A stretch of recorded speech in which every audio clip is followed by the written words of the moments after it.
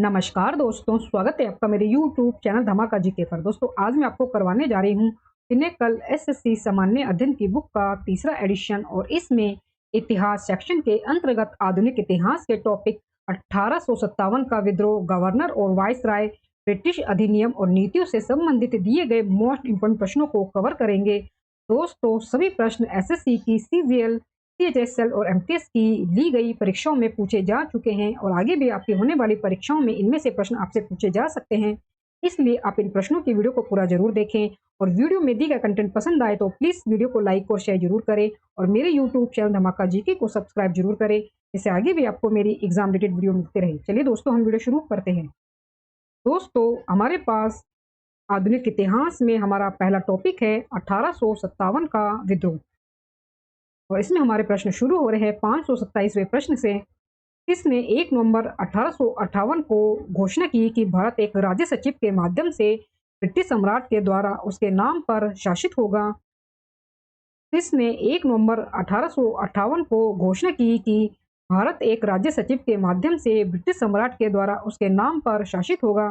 दोस्तों आंसर इसका रानी विक्टोरिया। रानी विक्टोरिया, महारानी विक्टोरिया ने 1 नवंबर 1858 को घोषणा की कि भारत एक राज्य सचिव के माध्यम से ब्रिटिश सम्राट के द्वारा और उसके नाम पर शासित होगा। बिहार में 1857 के विद्रोह का नेतृत्व किसने किया था? बिहार में 1857 के विद्रोह का नेतृत्व किसने किया था? दोस्तों आंसर है इसका कुंवर सिंह ने। कुंवर सिंह ने जगदीशपुर बिहार में 1857 के विद्रोह का नेतृत्व किया था। लखनऊ में बेगम हजरत महल ने, दिल्ली में बहादुर शाह द्वितीय ने और बख्त खान ने किया था। बैरकपुर में मंगल पांडे ने किया था। झांसी में रानी लक्ष्मीबाई ने किया था और कानपुर में तात्या टोपे ने किया था। दोस्तों 529वां प्रश्न है, निम्नलिखित में से किस वर्ष में बहादुर शाह द्वितीय को अंग्रेजों ने अपदस्थ कर रंगून निर्वासित कर दिया था? दोस्तों आंसर इसका 1857 में। वर्ष 1857 में बहादुर शाह द्वितीय को अंग्रेजों ने अपदस्थ कर रंगून निर्वासित कर दिया था। बहादुर शाह द्वितीय अंतिम मुगल सम्राट था। बहादुर शाह द्वितीय अंतिम मुगल सम्राट था यानी कि बादशाह था। रंगून शहर यांगून म्यांमार की पूर्व राजधानी का पुराना नाम है। दोस्तों 530वां प्रश्न है, निम्नलिखित में से किस वर्ष में बॉम्बे दक्कन के ग्रामीण इलाकों में विद्रोह हुआ था? निम्नलिखित में से किस वर्ष में बॉम्बे दक्कन के ग्रामीण इलाकों में विद्रोह हुआ था? आंसर है दोस्तों इसका 1875 में। 1875 में, वर्ष 1875 में बॉम्बे दक्कन के ग्रामीण इलाकों में विद्रोह हुआ। विद्रोह का उद्देश्य साहूकारों के कब्जे वाले बॉन्ड, डिक्री और अन्य दस्तावेजों को प्राप्त करना और नष्ट करना था। 531वां प्रश्न है, निम्नलिखित में से कौन संथाल विद्रोह के नेताओं में से एक था? सिद्धू मांझी। सिद्धू मांझी संथाल विद्रोह के नेताओं में से एक थे। सिद्धू मुर्मू और काना मुर्मू भाई थे। सिद्धू मुर्मू और काना मुर्मू भाई थे और संथाल विद्रोह के नेता थे जो 1855 में शुरू हुआ था। वर्तमान में पूर्वी भारत में झारखंड और बंगाल में ब्रिटिश औपनिवेशिक सत्ता और भ्रष्ट जमींदारी प्रणाली दोनों के खिलाफ शुरू किया गया था। भारतीय विद्रोह 10 मई 1857 को मेरठ से शुरू हुआ और डैश में समाप्त हुआ। 1857 का जो विद्रोह था दोस्तों वो 10 मई 1857 को मेरठ से शुरू हुआ और डैश में समाप्त हुआ। तो दोस्तों आंसर होगा इसका 20 जून 1858 को ग्वालियर में। 20 जून 1858 को ग्वालियर में। 10 मई 1857 को मेरठ से शुरू हुआ भारतीय विद्रोह 30 जून 1858 को ग्वालियर में समाप्त हुआ। अगला प्रश्न है, डैश 1857 के विद्रोह के दौरान मुगल सम्राट थे बहादुर शाह द्वितीय। बहादुर शाह द्वितीय 1857 के विद्रोह के दौरान बहादुर शाह द्वितीय मुगल सम्राट थे। 1857 का भारतीय विद्रोह डैश शहर में प्रभावी रूप से समाप्त हुआ। आंसर दोस्तों इसका ग्वालियर में। 1857 का भारतीय विद्रोह प्रभावी रूप से ग्वालियर शहर में समाप्त हुआ। 535वां प्रश्न है दोस्तों, निम्नलिखित में से कौन 1857 के विद्रोह से संबंध नहीं था? भगत सिंह। भगत सिंह 1857 के विद्रोह से जुड़े हुए नहीं थे। 1857 के विद्रोह के दौरान निम्नलिखित में से किसने फैजाबाद में नेतृत्व किया? अहमदुल्ला मौलवी ने, यानी कि मौलवी अहमदुल्ला ने, अहमदुल्ला शाह 1787 ईस्वी में पैदा हुए थे और ये फैजाबाद के मौलवी के रूप में प्रसिद्ध थे। अहमदुल्ला शाह 1787 ईस्वी में पैदा हुए थे और फैजाबाद के मौलवी के रूप में प्रसिद्ध थे। 1857 के महान भारतीय विद्रोह के प्रमुख व्यक्तियों में से एक थे। अवध क्षेत्र में मौलवी अहमदुल्ला शाह को विद्रोह के प्रकाश स्तंभ के रूप में जाना जाता था। दोस्तों 537वां प्रश्न है, बिहार में 1857 की क्रांति के आयोजक कौन थे? कुंवर सिंह। आंसर है दोस्तों इसका कुंवर सिंह। कुंवर सिंह ने बिहार में 1857 ईस्वी के भारतीय विद्रोह का नेतृत्व किया। कुंवर सिंह ने बिहार में 1857 ईस्वी के भारतीय विद्रोह का नेतृत्व किया। 80 वर्ष की आयु में उन्होंने ब्रिटिश ईस्ट इंडिया कंपनी की कमान के तहत सैनिकों के खिलाफ सशस्त्र सैनिकों के एक चुनिंदा बैंड का नेतृत्व किया। वह बिहार में अंग्रेजों के खिलाफ लड़ाई के मुख्य आयोजक थे। उन्हें वीर कुंवर सिंह के नाम से जाना जाता है। अगला प्रश्न है, 1857 के विद्रोह के बाद ब्रिटिश सरकार द्वारा भारत में निम्नलिखित में से कौन सा परिवर्तन नहीं किया गया था? 1857 के विद्रोह के बाद ब्रिटिश सरकार के द्वारा भारत में निम्नलिखित में से कौन सा परिवर्तन नहीं किया गया था? दोस्तों आपके ऑप्शन हैं, भारत का सेक्रेटरी ऑफ स्टेट नियुक्त किया गया, ब्रिटिश सेना में भारतीय सैनिकों की संख्या बढ़ाई गई, ईस्ट इंडिया कंपनी के अधिकार ब्रिटिश साम्राज्य को सौंप दिए गए, और चौथा ऑप्शन है भारत का गवर्नर जनरल भारत का वायसराय बन गया। तो दोस्तों कौन सा परिवर्तन नहीं किया गया था? दोस्तों आंसर है इसका ऑप्शन बी, ब्रिटिश सेना में भारतीय सैनिकों की संख्या बढ़ाई गई। ब्रिटिश सेना में भारतीय सैनिकों की संख्या बढ़ाई गई। यह परिवर्तन 1857 के विद्रोह के बाद ब्रिटिश सरकार द्वारा नहीं किया गया था। 1858 के बाद भारतीय सेना को सावधानी पूर्वक पुनर्गठित किया गया था। 1857 के भारतीय विद्रोह के दौरान कुंवर सिंह की उपलब्धियों को पहचानने के लिए वीर कुंवर सिंह जयंती को डैश में मनाया जाता है। दोस्तों आंसर है इसका बिहार में। वीर कुंवर सिंह जयंती 1857 ईस्वी के भारतीय विद्रोह के दौरान कुंवर सिंह की उपलब्धियों को पहचानने के लिए बिहार के जगदीशपुर में मनाई जाती है वीर कुंवर सिंह की जयंती। भारत में सिपाही विद्रोह से डैश से शुरू हुआ। भारत में सिपाही विद्रोह डैश से शुरू हुआ, तो किस स्थान से शुरू हुआ? आंसर है दोस्तों इसका मेरठ। भारत में सिपाही विद्रोह की शुरुआत मेरठ से हुई थी। सिपाही विद्रोह 1857 ईस्वी में भारत में ब्रिटिश शासन के खिलाफ एक हिंसक और बहुत ही खूनी विद्रोह था। 1857 का सिपाही विद्रोह तब हुआ था जब भारत के गवर्नर जनरल डैश थे। आंसर है दोस्तों इसका लॉर्ड कैनिंग। भारतीय विद्रोह, जिसे सिपाही विद्रोह या स्वतंत्रता का पहला युद्ध भी कहा जाता है, 1857 से 59 ईस्वी में भारत में ब्रिटिश शासन के खिलाफ व्यापक लेकिन असफल विद्रोह रहा। बंगाल प्रेसिडेंसी में सिपाहियों ने अपने ब्रिटिश अधिकारियों के खिलाफ विद्रोह किया। बंगाल प्रेसिडेंसी में सिपाहियों ने अपने ब्रिटिश अधिकारियों के खिलाफ विद्रोह किया। विद्रोह के दौरान चार्ल्स कैनिंग भारत के गवर्नर जनरल थे। विद्रोह के दौरान चार्ल्स कैनिंग भारत के गवर्नर जनरल थे। 1848 से 1856 ईस्वी तक भारत के गवर्नर जनरल लॉर्ड डलहौजी ने हड़प नीति के सिद्धांत को तैयार किया था। डैश में ब्रिटिश अधिकारियों पर हमला करने के कारण 1857 में मंगल पांडे को फांसी दी गई थी। बैरकपुर, आंसर है इसका बैरकपुर। मंगल पांडे को 1857 में बैरकपुर में ब्रिटिश अधिकारियों पर हमला करने के लिए फांसी दी गई थी। मंगल पांडे को 1857 में बैरकपुर में ब्रिटिश अधिकारियों पर हमला करने के लिए फांसी दी गई थी। मंगल पांडे के व्यवहार के पीछे प्राथमिक कारण एनफील्ड P53 राइफल में इस्तेमाल होने वाले एक नए प्रकार का बुलेट कारतूस था।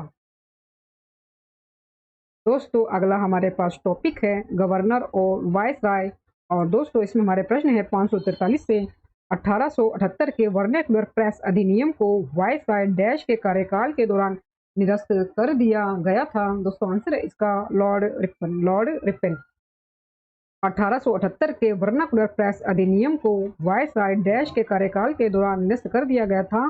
लॉर्ड रिपन के कार्यकाल के दौरान वायसराय लॉर्ड रिपन के कार्यकाल के दौरान वर्नाक्युलर प्रेस एक्ट 1878 को निरस्त कर दिया गया था। लॉर्ड रिपन को स्थानीय स्वशासन का जनक कहा जाता है। लॉर्ड डफरिन के कार्यकाल में भारतीय राष्ट्रीय कांग्रेस की स्थापना हुई थी? निम्नलिखित में से किस ब्रिटिश अधिकारी ने कुख्यात क्रॉलिंग ऑर्डर जारी किया जिसके तहत भारतीयों को एक गली से गुजरने के लिए चारों तरफ रेंगना पड़ता था? दोस्तों आंसर है इसका जनरल डॉयर। जनरल डॉयर। दोस्तों आपका ये प्रश्न एसएससी सीजीएल परीक्षा 2022 में पूछा गया है और आगे भी आपके होने वाली परीक्षाओं में आपसे पूछा जा सकता है, इसलिए आप इन प्रश्नों का अध्ययन जरूर करें। जनरल डायर ने कुख्यात क्रॉलिंग ऑर्डर जारी किया जिसके तहत भारतीयों को एक गली से गुजरने के लिए चारों तरफ रेंगना पड़ता था। वह अमृतसर में जलियांवाला बाग हत्याकांड के लिए जिम्मेदार था। वारेन हेस्टिंग्स 1732 से 1818 ईस्वी तक रहे थे और ये ब्रिटिश भारत के पहले गवर्नर जनरल थे। वारेन हेस्टिंग्स जो थे ये ब्रिटिश भारत के पहले गवर्नर जनरल थे। अक्टूबर 1929 में वाइस राय लॉर्ड इरविन ने भारत के लिए डोमेनियन स्टेटस की पेशकश की घोषणा की। अक्टूबर 1929 में वाइस राय लॉर्ड इरविन ने भारत के लिए डोमेनियन स्टेटस की पेशकश की घोषणा की। लॉर्ड कर्जन को 1905 में बंगाल विभाजन के लिए जाना जाता है। 545वां प्रश्न है 1773 से 1785 तक ब्रिटिश भारत के पहले गवर्नर जनरल कौन थे? आंसर है दोस्तों इसका Warren Hastings. Warren Hastings. Warren Hastings ने 1773 से 1785 तक ब्रिटिश भारत के पहले गवर्नर जनरल थे। उन्होंने नागरिक प्रशासन की प्रणाली की स्थापना की जो एंग्लो इंडियन सुरक्षा और समृद्धि का आधार थी। रेगुलेटिंग एक्ट 1773 ने भारत के गवर्नर जनरल के पद का सृजन किया। 546वां प्रश्न दोस्तों 1793 में जब स्थायी बंदोबस्त लागू किया गया था तब बंगाल का गवर्नर जनरल कौन था? Lord Cornwallis. Lord Cornwallis. Lord Cornwallis 1793 में बंगाल के गवर्नर जनरल थे जिन्होंने स्थायी बंदोबस्त की शुरुआत की। यह एक भू राजस्व प्रणाली थी। यह एक भू राजस्व प्रणाली थी जिसमें राजाओं और ताल्लुकदारों को जमींदारों के रूप में मान्यता दी जाती थी। उन्हें किसानों से लगान वसूल करने और कंपनी को राजस्व देने के लिए कहा गया। 1793 में जब स्थायी बंदोबस्त लागू किया गया तब बंगाल का गवर्नर जनरल कौन था? Lord Cornwallis. लॉर्ड कॉर्नवालिस 1793 में बंगाल के गवर्नर जनरल थे जिन्होंने स्थायी बंदोबस्त की शुरुआत की। यह एक भू राजस्व प्रणाली थी जिसमें राजाओं और तालुकदारों को जमींदारों के रूप में मान्यता दी जाती थी और उन्हें किसानों से लगान वसूल करने और कंपनी को राजस्व देने के लिए कहा गया।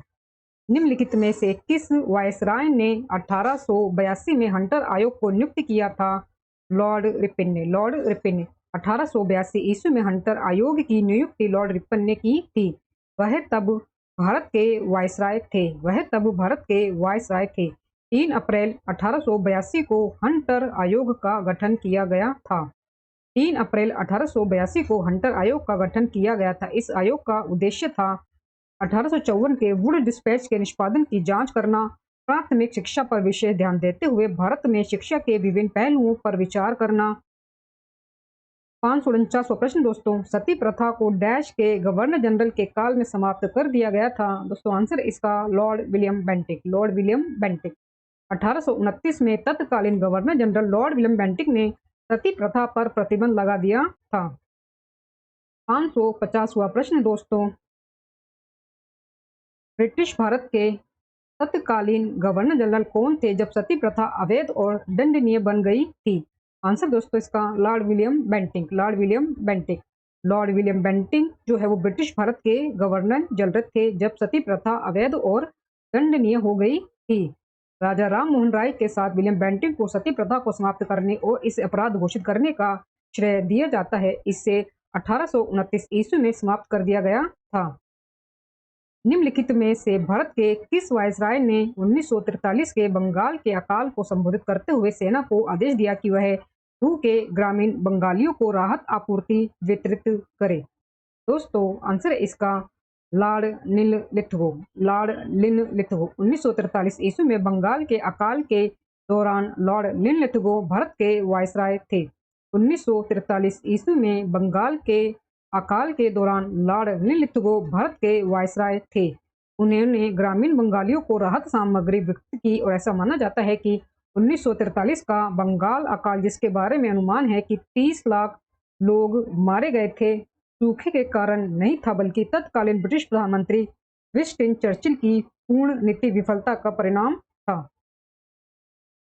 निम्न में से किस गवर्नर जनरल ने एक संहिता कोड की शुरुआत की जिसने राजस्व प्रशासन तथा न्यायिक प्रशासन को अलग किया?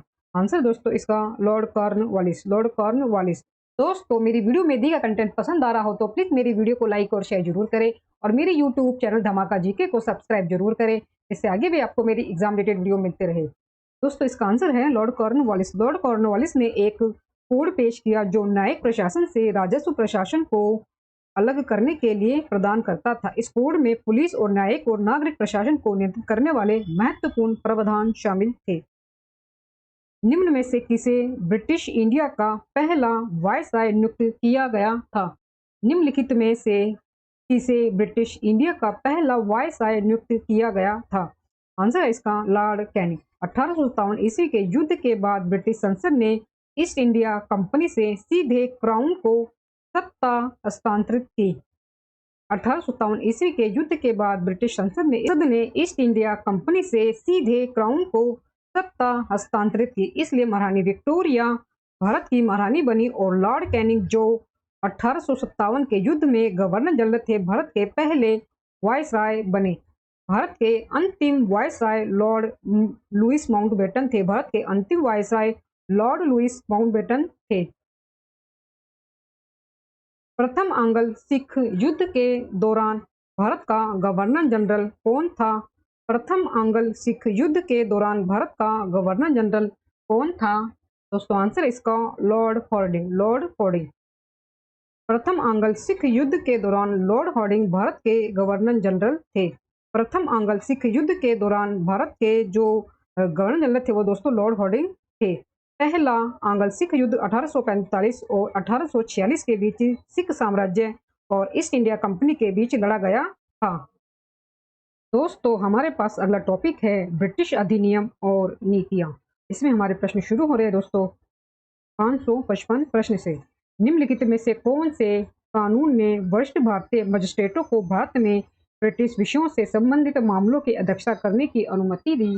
दोस्तों प्रश्न हमारे पास निम्नलिखित में से कौन से कानून ने वरिष्ठ भारतीय मजिस्ट्रेटों को भारत में ब्रिटिश विषयों से संबंधित मामलों की अध्यक्षता करने की अनुमति दी? आंसर दोस्तों इसका इल्बर्ट विधेयक 1884।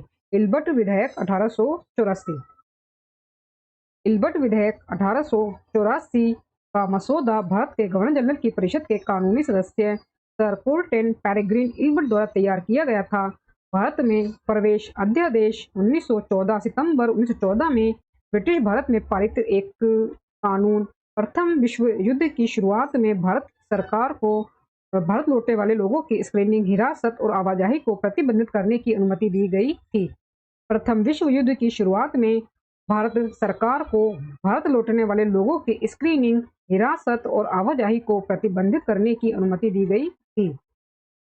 निम्नलिखित में से किस वर्ष में भारत में ब्रिटिश औपनिवेशिक सरकार द्वारा मॉन्टफोर्ड सुधार रिपोर्ट प्रस्तुत की गई थी? 1918 में। वर्ष 1918 में भारत में ब्रिटिश औपनिवेशिक सरकार द्वारा मॉन्टफोर्ड सुधार रिपोर्ट प्रस्तुत की गई थी। यह विधेयक भारत में 1919 में पेश किया गया था। यह विधेयक भारत में 1919 में पेश किया गया था और 1919 का अधिनियम बन गया।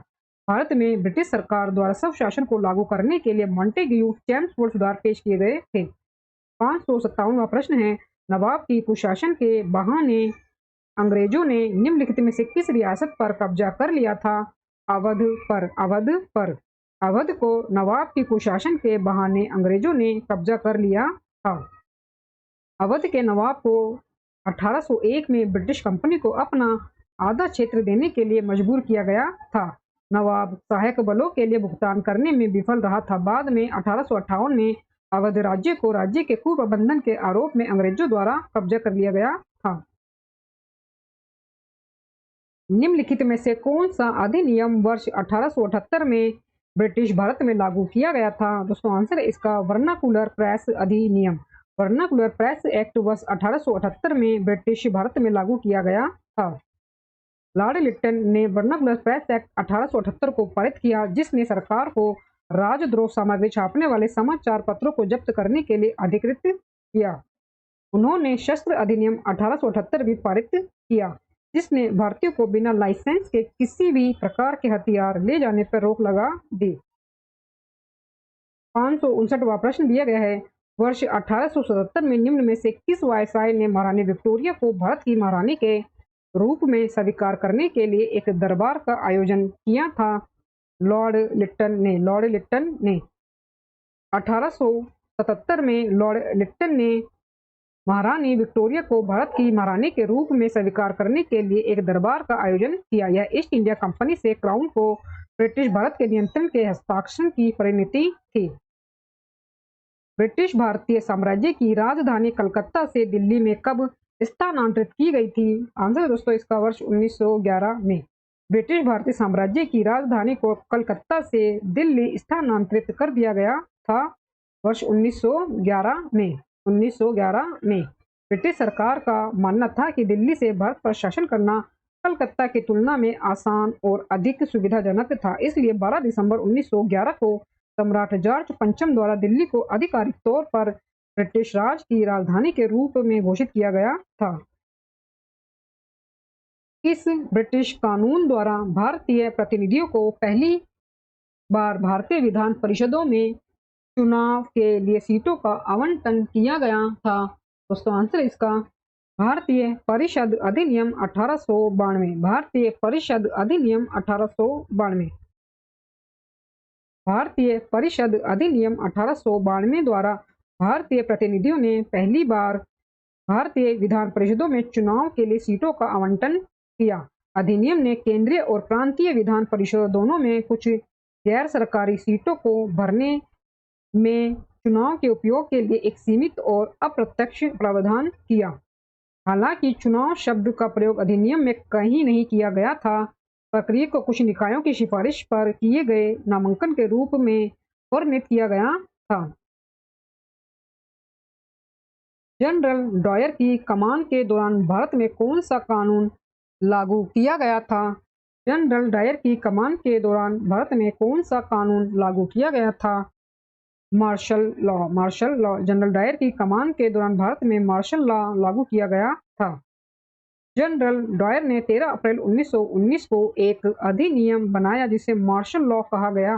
13 अप्रैल 1919 को जनरल डायर ने एक अधिनियम बनाया जिसे मार्शल लॉ कहा गया, जिसमें कहा गया कि 2 से अधिक लोग एक समूह बनाकर एक स्थान पर नहीं मिल सकते।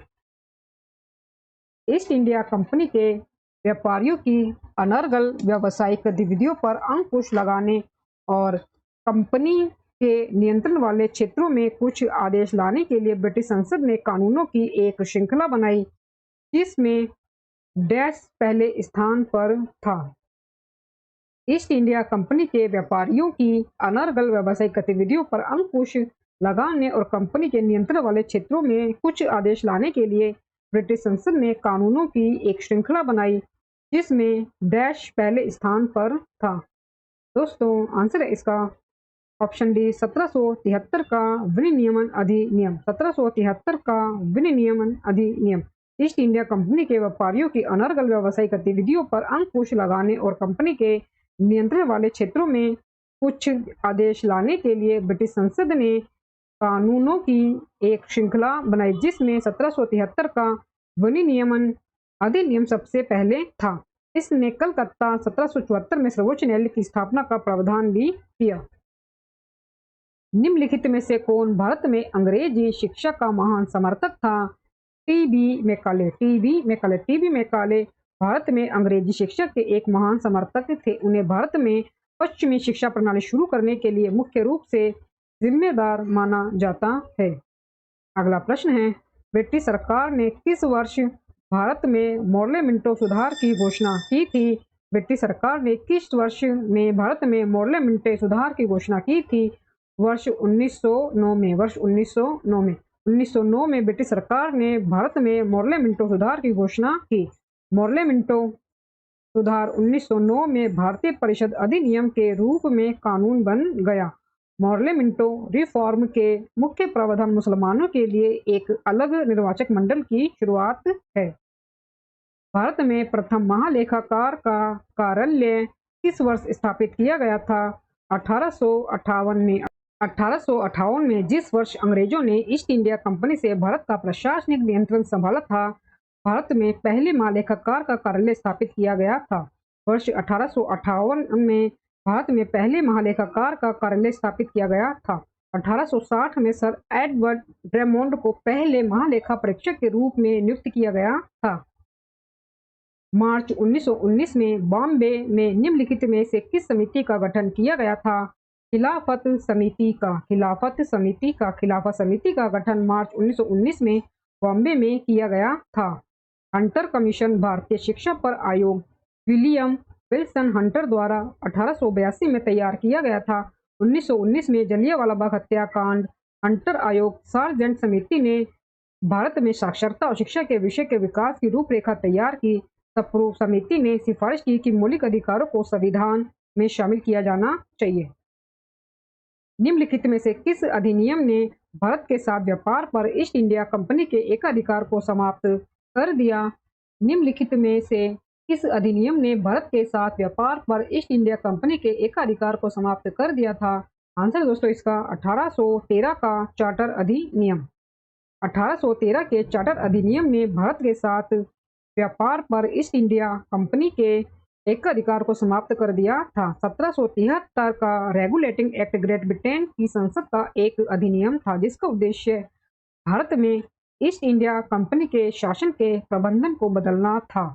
1833 के चार्टर अधिनियम ने भारत के ब्रिटिश उपनिवेशीकरण को वैध कर दिया और कंपनी की क्षेत्रीय संपत्ति को उसकी सरकार के अधीन रहने की अनुमति दी गई। भारतीय विश्वविद्यालय आयोग की स्थापना निम्नलिखित में से किस वर्ष में की गई थी? 1902 में। भारतीय विश्वविद्यालय आयोग की स्थापना 1902 में लॉर्ड कर्जन के निर्देश पर नियुक्त एक निकाय था।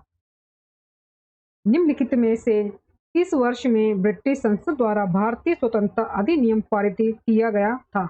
निम्नलिखित में से किस वर्ष में ब्रिटिश संसद द्वारा भारतीय स्वतंत्रता अधिनियम पारित किया गया था? आंसर दोस्तों इसका 1947। भारतीय स्वतंत्रता अधिनियम को ब्रिटिश संसद द्वारा वर्ष 1947 में पारित किया गया था। इस अधिनियम को 18 जुलाई 1947 को शाही मंजूरी मिली और इस प्रकार भारत और पाकिस्तान, जिसमें पश्चिमी आधुनिक पाकिस्तान और पूर्व आधुनिक बांग्लादेश क्षेत्र शामिल है, जो 15 अगस्त को अस्तित्व में आए। निम्न में से किस वर्ष में कॉर्नवालिस कोड लागू किया गया था? 1793 में। वर्ष 1793 में कॉर्नवालिस कोड भारत में अपने क्षेत्रों के शासन में सुधार के लिए ईस्ट इंडिया कंपनी द्वारा 1793 में अधिनियम नियमित कानून का एक निकाय था। कॉर्नवालिस कोड भारत में अपने क्षेत्रों के शासन में सुधार के लिए ईस्ट इंडिया कंपनी द्वारा 1793 में अधिनियमित कानून का एक निकाय था। यह कोड अर्ल लॉर्ड कॉर्नवालिस के मार्गदर्शन में विकसित किया गया था, जिन्होंने 1786 से 1793 तक बंगाल के राज्यपाल के रूप में कार्य किया था। 572वां प्रश्न दिया गया दोस्तों, निम्नलिखित में से कौन सा कथन सही है? निम्नलिखित में से कौन सा कथन सही है? दोस्तों पहला आपको कथन दिया गया है 1774 में सर विलियम जोन्स ने एशियाटिक सोसाइटी की स्थापना की। दूसरा आपको दिया गया है कथन 1775 में प्लासी के युद्ध में सिराजुद्दौला को हराया गया था। तीसरा आपको कथन दिया गया है 1776 में बम्बई से ठाणे के लिए पहली रेल सेवा शुरू हुई थी। और चौथा आपको ऑप्शन दिया गया है दोस्तों 1793 में कॉर्नवालिस कोड अधिनियम लागू किया गया था। तो दोस्तों ऑप्शन डी हमारा ठीक है। 1793 में कॉर्नवालिस जो कोड है वो अधिनियम के तौर पर लागू किया गया था। 1793 में कॉर्नवालिस कोड अधिनियमित किया गया था। यह भारत के गवर्नर जनरल लॉर्ड कॉर्नवालिस द्वारा अधिनियमित किया गया था, जिसने ब्रिटिश भारत में प्रशासनिक ढांचे का गठन करने वाले उपायों के परिसर को कानूनी रूप दिया और इसे बंगाल प्रणाली के रूप में भी जाना जाता है। जुलाई 1947 में ब्रिटिश संसद ने भारत के लिए एक स्वतंत्रता विधेयक पारित किया। तब ब्रिटेन का प्रधानमंत्री कौन था? दोस्तों आंसर इसका क्लेमेंट एटली। दोस्तों वीडियो में दिया कंटेंट पसंद आ रहा हो तो प्लीज मेरी वीडियो को लाइक और शेयर जरूर करें और मेरे यूट्यूब चैनल धमाका जीके को सब्सक्राइब जरूर करें, जिससे आगे भी आपको मेरी एग्जाम रिलेटेड वीडियो मिलती रहे। दोस्तों जब जुलाई 1947 में ब्रिटिश संसद ने भारत के लिए एक स्वतंत्रता विधेयक पारित किया। तब जो है ब्रिटेन के प्रधानमंत्री थे क्लीमेंट एटली। क्लीमेंट एटली ब्रिटेन यूके के प्रधानमंत्री थे जब ब्रिटिश संसद ने जुलाई 1947 में भारत के लिए एक स्वतंत्रता विधेयक पारित किया था। 574वां प्रश्न है, किस गवर्नर जनरल ने सहायक गठबंधन की नीति पेश की जिसके तहत भारतीय शासक ब्रिटिश सेना को अपने क्षेत्र में रखने के लिए सहमत हुए? इस गवर्नर जनरल ने सहायक गठबंधन की नीति पेश की जिसके तहत भारतीय शासक ब्रिटिश सेना को अपने क्षेत्र में रखने के लिए सहमत हुए? दोस्तों इसका आंसर है लॉर्ड वेल्लेसली। लॉर्ड वेल्लेसली ने सहायक गठबंधन की नीति पेश की जिसके तहत भारतीय शासक ब्रिटिश सेना को अपने क्षेत्र में रखने के लिए सहमत हुए थे। वह अधिनियम जिसने ब्रिटिश ईस्ट इंडिया कंपनी से भारत में ब्रिटिश क्राउन को सत्ता हस्तांतरित की? आंसर दोस्तों इसका भारत सरकार अधिनियम 1858। भारत सरकार अधिनियम 1858 ब्रिटिश संसद का एक अधिनियम था जिसने ईस्ट इंडिया कंपनी की सरकार और क्षेत्रों को ब्रिटिश क्राउन में स्थानांतरित कर दिया था। भारत में ब्रिटिश क्षेत्रों पर कंपनी का शासन समाप्त हो गया और इसे सीधे ब्रिटिश सरकार को पारित कर दिया गया था। 576वां प्रश्न है, निम्नलिखित में से कौन कैबिनेट मिशन योजना 1946 का मंत्री नहीं था? लॉर्ड वेवेल कैबिनेट मिशन योजना 1946 के मंत्री नहीं थे। कैबिनेट मिशन के सदस्य थे दोस्तों लॉर्ड पेंथिक लॉरेंस, भारत के राज्य सचिव सर स्टीफोर्ड क्रिप्स व्यापार बोर्ड के अध्यक्ष और A.V. अलेक्जेंडर एडमिरल्टी के पहले लॉर्ड थे। इस अधिनियम को मॉन्टेग्यू चेम्सफोर्ड सुधार के नाम से भी जाना जाता है। इस अधिनियम को मॉन्टेग्यू चेम्सफोर्ड सुधार के नाम से भी जाना जाता है। दोस्तों आंसर इसका भारतीय शासन अधिनियम 1919। भारत सरकार का अधिनियम 1919 को मॉन्टेग्यू चेम्सफोर्ड सुधार के रूप में भी जाना जाता है जो 1921 में लागू हुआ। इसे ब्रिटिश भारतीय राजनीति में वैध शासन शुरू करने के लिए स्थापित किया गया था। अगला प्रश्न है, ब्रिटिश संसद के किस अधिनियम ने ईस्ट इंडिया कंपनी की शक्तियों को ब्रिटिश ताज के पास हस्तांतरित कर दिया था? ब्रिटिश संसद के किस अधिनियम ने ईस्ट इंडिया कंपनी की शक्तियों को ब्रिटिश ताज के पास हस्तांतरित कर दिया था? दोस्तों आंसर इसका भारत शासन अधिनियम 1858।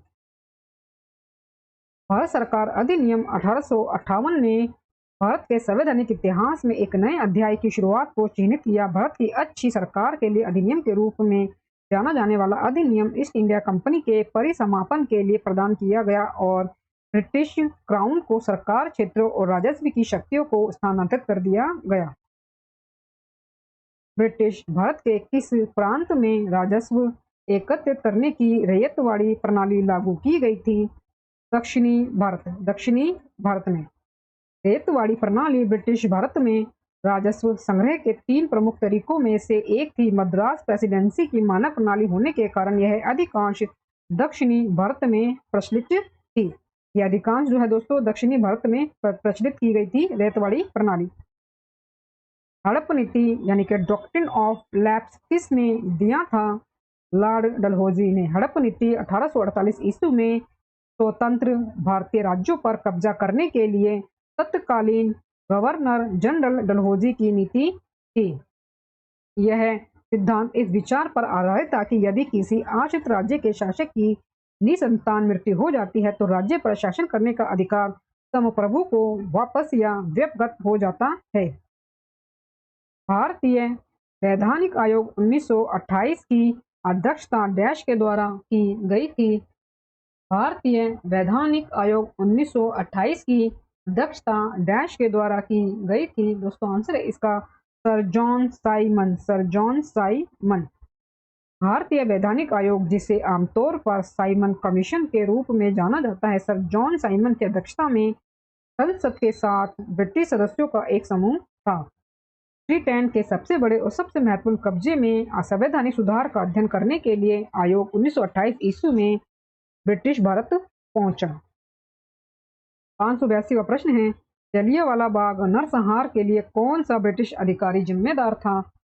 दोस्तों आंसर है इसका General Dyer. Brigadier General Reginald Edward Harry Dyer Jallianwala Bagh हत्याकांड के लिए जिम्मेदार एक ब्रिटिश भारतीय सेना अधिकारी थे। इस अधिनियम ने ब्रिटिश सरकार को राजनीतिक गतिविधियों को बढ़ाने और 2 साल तक बिना किसी मुकदमे के राजनीतिक बंदियों को हिरासत में रखने की अनुमति दी। दोस्तों आंसर है इसका रॉलेट एक्ट। रॉलेट एक्ट ने राजनीतिक गतिविधियों को दबाने के लिए सरकार को भारी शक्तियां दी। इसने राजनीतिक कैदियों को बिना किसी मुकदमे के 2 साल तक हिरासत में रखने की अनुमति दी। 6 अप्रैल 1919 को गांधी जी ने प्रस्तावित रॉलेट एक्ट के खिलाफ राष्ट्रव्यापी सत्याग्रह शुरू किया था। इस गवर्नर जनरल के नेतृत्व में अंग्रेजों ने सर्वोपरिता की नीति अपनाई थी। लॉर्ड हेस्टिंग्स 1813 से भारत के पहले गवर्नर जनरल थे। लॉर्ड हेस्टिंग्स के तहत भारत में सर्वोच्चता की एक नई नीति पेश की गई थी। इस नीति के तहत कंपनी ने दावा किया कि उसका अधिकार सर्वोपरि या सर्वोच्च था, इसलिए उसकी शक्ति भारतीय राज्यों की तुलना में अधिक थी। रॉयल ट्रीटीज एक्ट 1876 के पारित होने के दौरान ब्रिटिश प्रधानमंत्री के पद पर कौन थे? Benjamin Disraeli. Royal title act 1876 ईस्वी यूनाइटेड किंगडम की संसद का एक अधिनियम था, जिसने आधिकारिक तौर पर महारानी विक्टोरिया और बाद के सम्राटों को भारत की महारानी के रूप में मान्यता दी थी। यह उपाधि उनके द्वारा 1876 में प्रधानमंत्री बेंजामिन डिसरायली के प्रोत्साहन के तहत ग्रहण की गई थी। इस अधिनियम ने आधिकारिक तौर पर महारानी विक्टोरिया को भारत की महारानी के रूप में मान्यता दी थी। 1757 में डैश के युद्ध के बाद अंग्रेजों ने भारत में राजनीतिक सत्ता प्राप्त कर ली थी। दोस्तों आंसर है इसका प्लासी के युद्ध के बाद। 1757 में प्लासी की लड़ाई के बाद अंग्रेजों ने भारत में राजनीतिक सत्ता हासिल की थी और उनकी सर्वोच्चता लॉर्ड डलहौजी के कार्यकाल के दौरान स्थापित हुई। जो 1848 में गवर्नर जनरल बने, उन्होंने भारत के उत्तर पश्चिमी में पंजाब, पेशावर और पठान जनजातियों पर कब्जा कर लिया। इस वर्ष भारत का प्रशासन महारानी विक्टोरिया की घोषणा के द्वारा ब्रिटिश सम्राट के हाथों में सौंप दिया गया था। आंसर दोस्तों इसका 1858। ब्रिटिश राज पर भारतीय उपमहाद्वीप पर 1858 ईस्वी से 1947 ईस्वी तक ब्रिटिश क्राउन का शासन था।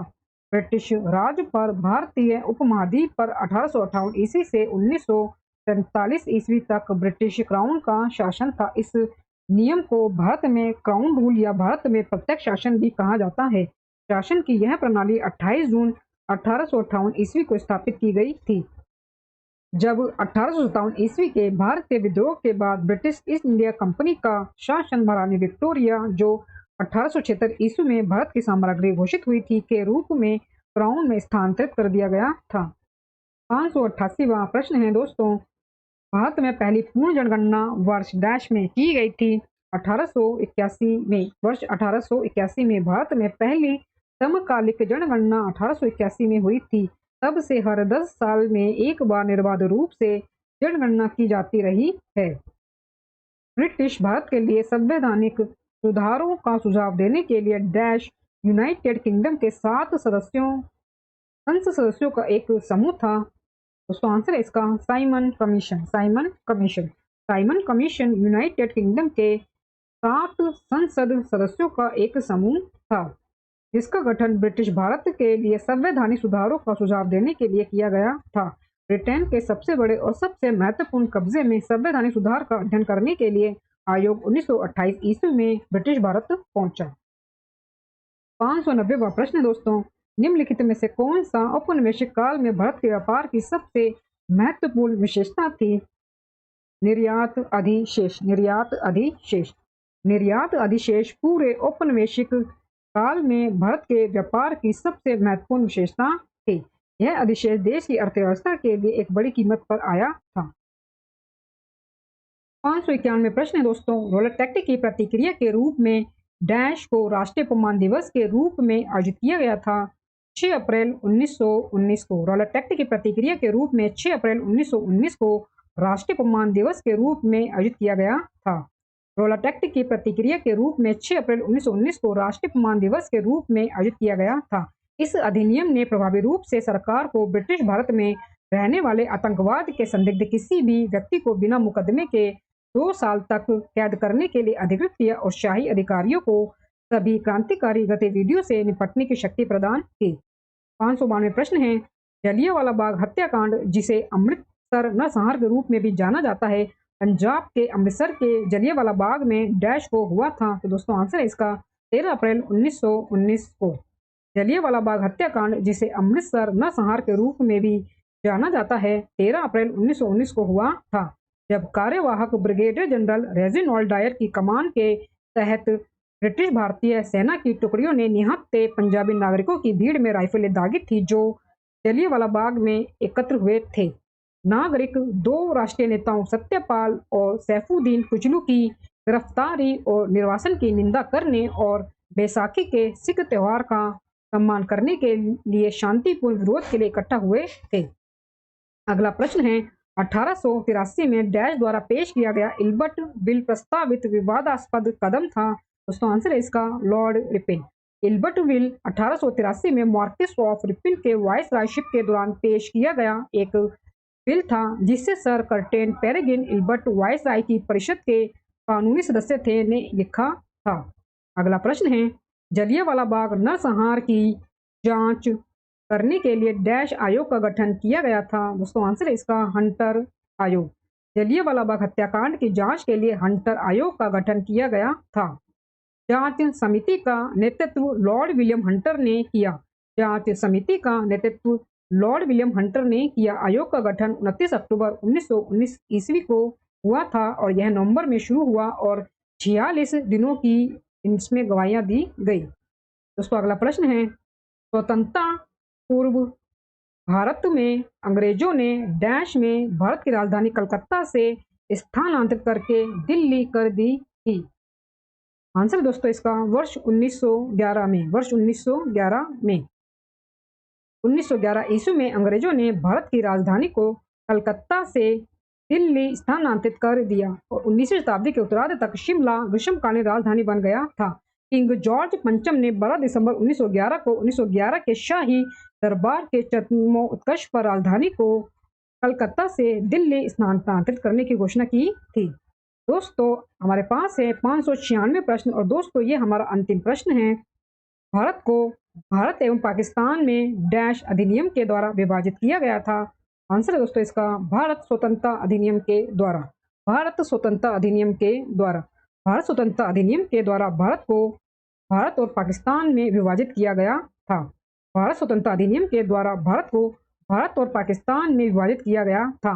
वर्ष 1947 में भारतीय स्वतंत्रता अधिनियम पारित किया गया था। इस अधिनियम ने 2 नए स्वतंत्र प्रभुत्व बनाए, भारत और पाकिस्तान। भारत और पाकिस्तान।